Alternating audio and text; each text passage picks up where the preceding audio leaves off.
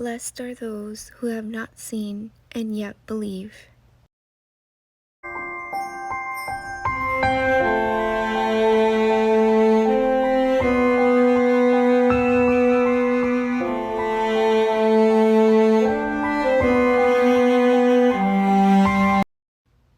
Lively faith and blind obedience.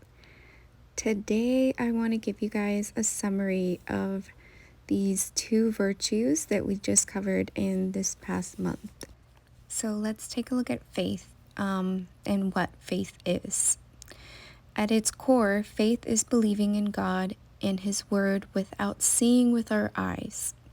The infused theological virtue whereby a person is enabled to believe that what God has revealed is true, not because of the authority of God who reveals it, of God who can neither deceive nor be deceived. This is from the First Vatican Council. Basically, what we believe is our faith. Proverbs chapter 3, verse 5 and 6 tells us, "Trust in the Lord with all your heart, and do not rely on your own insight. In all your ways acknowledge Him, and He will make straight your paths." So how does our Blessed Mother demonstrate faith? Well, Mary eagerly and wholeheartedly submitted herself to God. She joyfully surrendered herself to the Lord and put absolute faith in His word and His promises. Mary was no stranger to trials and sufferings, and yet amid those difficulties, Mary remained steadfast in her faith. She always responded with trust and acceptance. She never gave in to fear or worry or discouragement, and she completely trusted God. How beautiful is our Blessed Mother's faith. So, why is it that some people have faith and others don't? And why is it that some people have an incredible strong faith like that of our Blessed Mother and the saints, while others have a mediocre kind of faith? Well, here's the thing.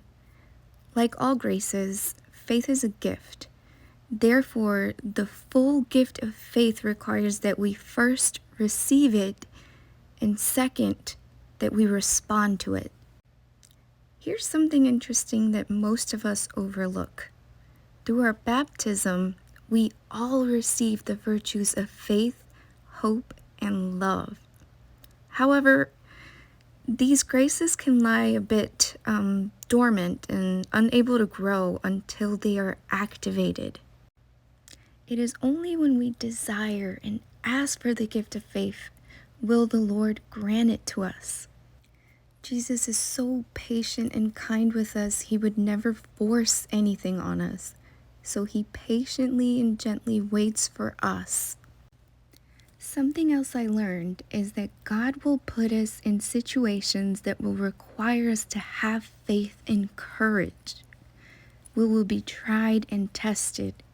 However, fear and anxiety will prevent us from growing in faith. Here's why. Fear and anxiety make us question and doubt God. But let's learn something from St. Peter. In the Gospel of Peter, chapter 1, verse 6 and 7, says, "For a little while you may have to suffer through various trials, so that the genuineness of your faith, more precious than gold, which though perishable is tested by fire, may redound to praise and glory and honor at the revelation of Jesus Christ." We can see this as just as gold is purified by fire, so too faith becomes purer and more valuable when tested. How can we cultivate faith? Strive to imitate Our Lady and seek communion with God. Choose to trust Him and practice acceptance. Pray the Apostles' Creed. Pray the Act of Faith.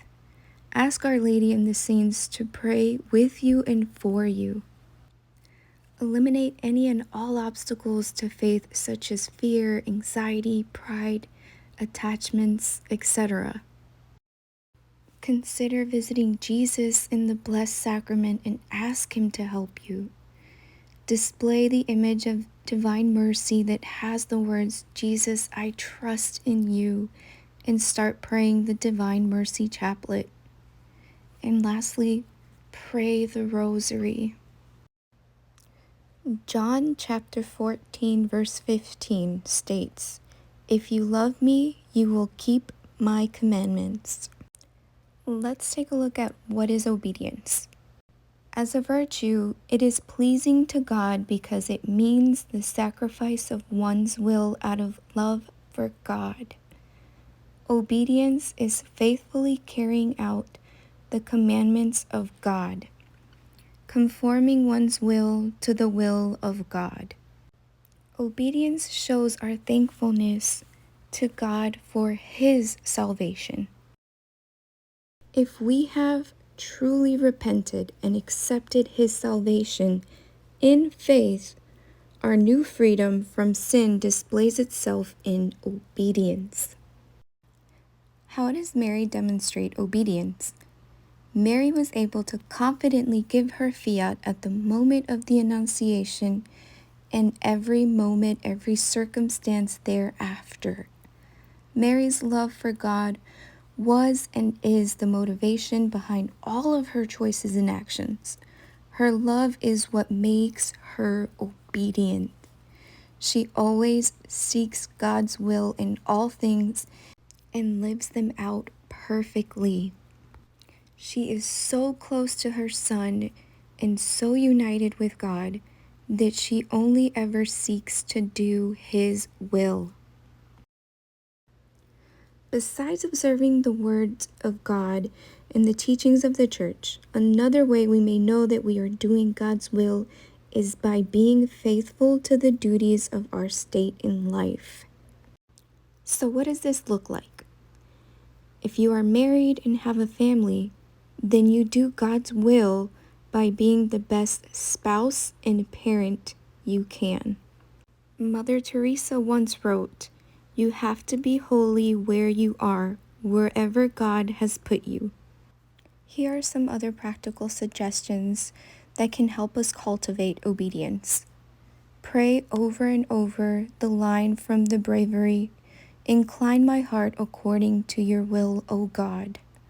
Or the words, "Speak, for your servant hears." Examine and obey the 10 Commandments. Try to be less attached to sin, the world, and yourself so that you are available to God's will. Recall and practice the 5 precepts of the Church. 1. On Sundays and holy days of obligation, attend Mass and rest from servile labor. 2. Confess your sins at least once a year. However, we know that from Our Lady of Fatima, we should really strive to go at least once a month. 3. Receive the sacraments of the Eucharist at least once during the Easter season. 4. Observe the days of fasting and abstinence from meat established by the Church. And 5. Help provide for the needs of the Church. And lastly, I'd love to leave you some words for you to meditate on, which are, remember that the more time we spend with Jesus in prayer, the stronger our faith grows, and the more we will know His will. May God bless you and Our Lady keep you.